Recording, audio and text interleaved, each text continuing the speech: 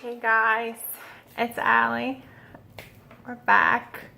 I say we because my dog, Shelby. Say hi, Shelby. Say hi. So anyway, it's been a little while since I made a video and I wanted to talk about some things. Because I actually had some people ask me, we were at a party. I think me and my husband were at a party. And they were asking me some questions. Like, I don't mind answering questions about transitioning or whatever, so it's fine with me. I'm not that stuck up.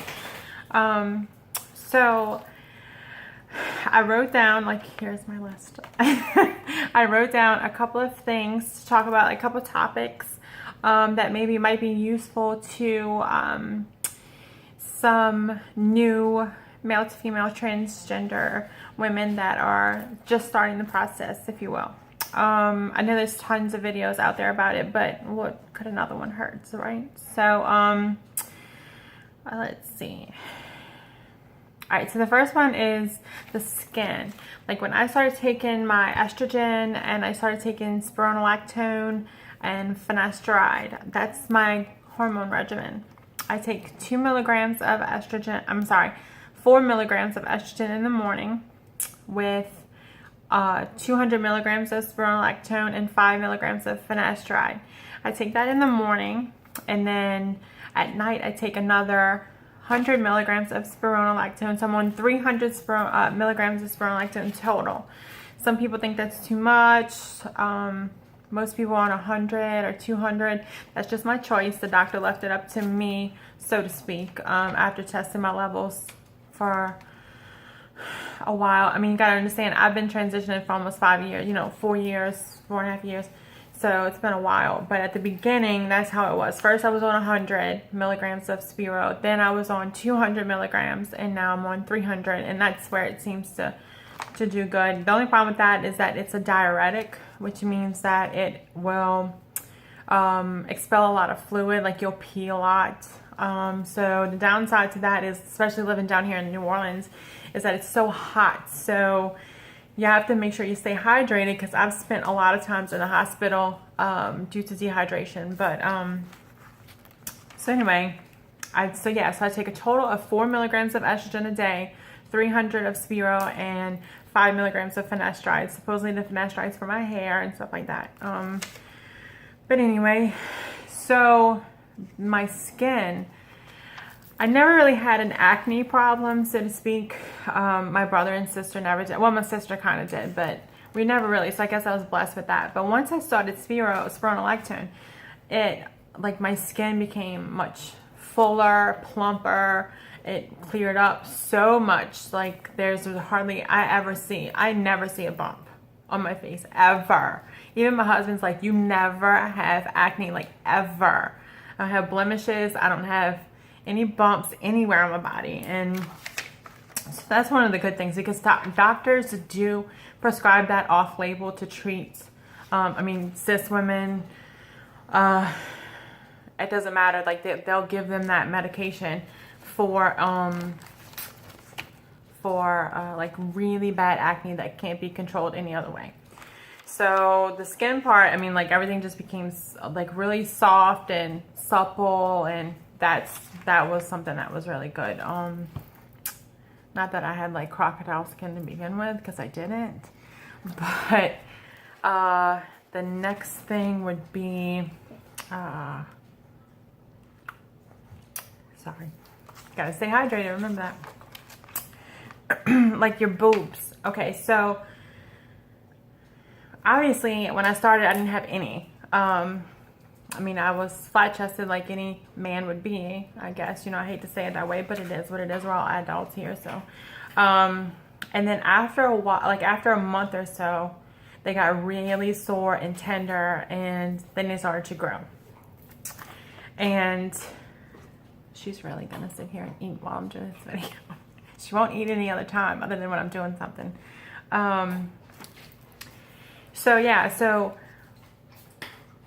between then and now, I am a 38C naturally. I haven't had any surgeries whatsoever in regards to my transition. It's been almost 5 years and I haven't had a boob job. I haven't had fat transfers. I haven't had any of that. So like I said, I'm 38C natural. Do I want to be bigger? Of course. I would love to be preferably like a 38 double D, maybe even a triple D. Maybe that's pushing it, because I have a big frame, so I can support it. You know, I'm 200 pounds. I can 5'11", almost 6 foot tall. I can support the weight of the boobs. I think that would look best on me. But so yeah. So right now, like I said, I'm all natural, and I would show you, but I don't have a bra on. So excuse me. I'm doing housework and cooking. Body hair. There again, I never had a problem with that to begin with. I always shaved my legs and shaved my arms and my underarms, so even pre-transition. So, but I will say that after taking the hormones for a while, the hair, like I can go a month without shaving my legs. I can go 2 months without shaving my underarms. And any other hair that I do have on my body is very, very light now. It's not dark. It's almost like blonde. You can't even see it. So that's good. The mood swings. Okay. So, alrighty. A lot of people started to hate me because I had really bad mood swings, and I still do. I'm not gonna lie, I do. I try my best to control them. I'm learning to do that. Even 5 years later, I'm still learning to do it. At first, I was like, excuse my French, but I was like, what the fuck is going on? I'm dying. I don't know it, you know, I don't know what to think of shit anymore. I can look at a cloud the wrong way and cry, or I can make a dish at the end of the day for dinner, and it can be completely fabulous, and I'm sitting there crying because I don't think it's good enough. And it's like normal daily emotions just magnified like 100 million times, and you just have to fucking deal with it, because that's your choice. You chose to take on this transition road, and so it's something you have to learn. They're gonna be there, girl. They're not gonna go away. They're not going to creep away. They're not going to be prayed away. None of that. They're going to be there. And you just have to learn your best to control them, because you will make a lot of enemies. Your family will secretly hate you. At night when you go to sleep, they'll probably wish you didn't wake up, because it's bad. It's really bad. And to this day, like I said, I've been with my husband now for almost 2 years. And that poor man, I don't know how he tolerates me. I love him to death. I love him so much. Like, he is my savior. He really is. Like, he's my best friend ever. And I know that sounds so, like, you know, cliche and so fairy tale storybook ending cliche, but it's true. I love him so much. And I never thought that I would actually meet somebody. That was the problem. Like, I was like, okay, well, I'm going to start transitioning and people's going to think I'm a freak. I'm never going to have somebody love me. And that was wrong. That was very, very wrong. Like, I started on a dating website, a legit dating website. And he messaged me, and we just started talking from there. And now I'm married to him. And he doesn't look at me any differently. It's not like a fad, or it's not like a fantasy thing for him or anything like that. It's nothing new for him. And he genuinely just wanted to settle down. He's younger than me. He's 25. I'm 30, but that's okay. Sometimes he acts like it. So I have to put him in check. But for the most part, he's my best friend. And I would be lost without him. And that's the truth. So for all of you out there who are afraid to do it for numerous reasons, but also because you're afraid you're not going to be accepted and you're not going to be loved by someone, first and foremost, you should love yourself, and you should worry about your perception of yourself, not everyone else's perception, because no matter who you are, what color you are, what creed you are, what gender you are, someone is always going to have something to say about you. You can pull up in a Rolls Royce, and if it's white, people's going to talk about you because it's not black, or it's not gray, or it's not red. So no matter what you do, you're going to be talked about. Don't worry about it. It's their problem. What they think about you is truly none of your business. Let it go. Live your life, because at the end of the day, when you pass away, it's your name that's on the headstone, not the world's name. It's yours. So you have to live your life according to how you see fit to be happy. Don't worry about your neighbors. And I hate to say it, but don't worry about your family. If they're not on board with it and they don't accept you for who you truly are inside and out, then screw them. I'm sorry, I hate to say that, but screw them. You know, I don't know my dad. I met him once when I was 17 for the very first time. He's an asshole. He chose drugs over us, you know, over me. So my mother died of breast cancer when she was 39 back in 2008. So, which I was really close with her. It's still a soft spot. But, so, you know, but my grandmother is still alive, my mom's mom, and she totally accepts it. Like I said, it matters if they accept it, but it doesn't, not to the point of, well, I'm going to kill myself, or I can't transition anymore because somebody hates me. Sweetheart, you live in a world where everybody's going to hate you, just about. You meet 10 people, and out of those 10 people, 7 or 8 of them dislike something about you. So, fuck them. I hate to say that, but don't worry about it. Let it go. Okay, so your voice training. Sorry. Your voice training. A lot of people think, this is the misconception of transitioning, okay? People think that you wake up in the morning and you take this magical little pill, and it's only one pill, and you wake up as a woman, or you wake up as a man, and everything's okay. And that is not how it works. I had to take 6 pills in the morning, or 7 actually, now that I just went to my doctor the other day. 7 pills in the morning and 8 pills at night. My liver is just gonna say, fuck it, I've had enough. This bitch is cray. Let me just jump the fuck out and run away. Okay? So this whole bullshit about, well, it's easy to transition. I'm not gonna sit here and lie to you. It's not. It's not easy mentally. It's not easy physically. It's not easy on your organs, but it's worth it. If I had to do it all over again, I would do it. But your voice training, when you take these hormones, it's not going to change your voice. It does if you're female to male, because testosterone can bring it does something to the vocal cords where it causes them to widen or thicken up, so it drops the voice a couple octaves. But when you take estrogen, a male that has already reached puberty the vocal cords are not going to change. But what you have to do is you have to learn to train your voice to talk like that instead of talking like this. And I know that's scary, but it's the truth, you know? It's not something that you just take a pill for. I mean, of course, you can go to like Thailand and get a surgery done for like $10,000. They'll cut your vocal cords and whatnot and make you sound like a woman. But I think that that's ridiculous, because there again, that's just fitting into society's norms of what a woman is supposed to sound like, look like, act like, walk like, talk like. Like, this is just ridiculous. It's ridiculous. So once you get over the anxiety of the world and what they're gonna think of you, then you'll be a much better person, a much happier person. Well, besides for the mood swings that you're gonna get with your estrogen. But what else? My butt.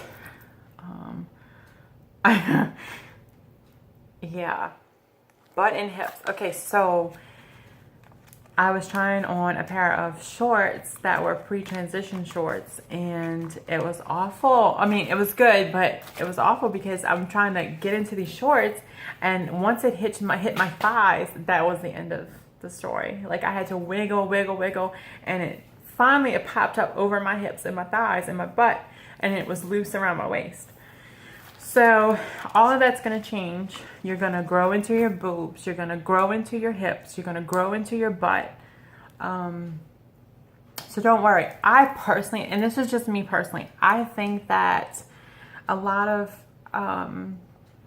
transgender women, and perhaps men, but more so transgender women, tend to jump into the whole surgery bandwagon way too soon. I mean, it's your life, girl. You do what you want to do. But I have transgender women friends, and we've all talked about it, and pretty much they all agree. But what I have done is, for 5 years, I've let hormones slowly but surely try to change everything about me as much as possible.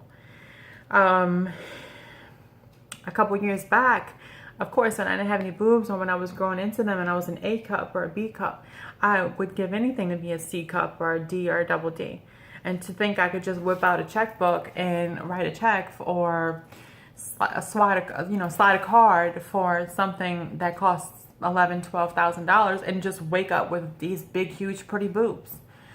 But it's not the fact, because when you go into a doctor and you have no pre-existing breast tissue, then they have to use balloons implanted in your skin to expand your skin. It's very painful. It's very costly. So instead, why don't you just wait and let the hormones build up your breast tissue? And then, like now, if I wanted to go in there as a natural C cup, I can go in there and get a double D implant with no problem, because I have natural breast tissue. And then they're chopping up their face, and they're doing the whole FFS, facial feminization surgery, which is cool. That's fine. Do you? But I'm just saying, you're not giving the hormones a chance. If you start your hormone therapy in January, I don't think in February or March you should be jumping into plastic surgery trying to become more feminine. I think you should allow the hormones to do more work for you before you start doing that and wasting your money, because then you'll come out looking like Little Kim or something, and that's not cute. No shade, I love Kim, but she looks awful right now. So do I have plans on getting plastic surgery? Absolutely, but it's not going to be until I see that I think that it's ready. I'm ready. And right now I'm okay with it. My husband's okay with it. I'm okay with it. So it's fine. But yeah, I think that's about it.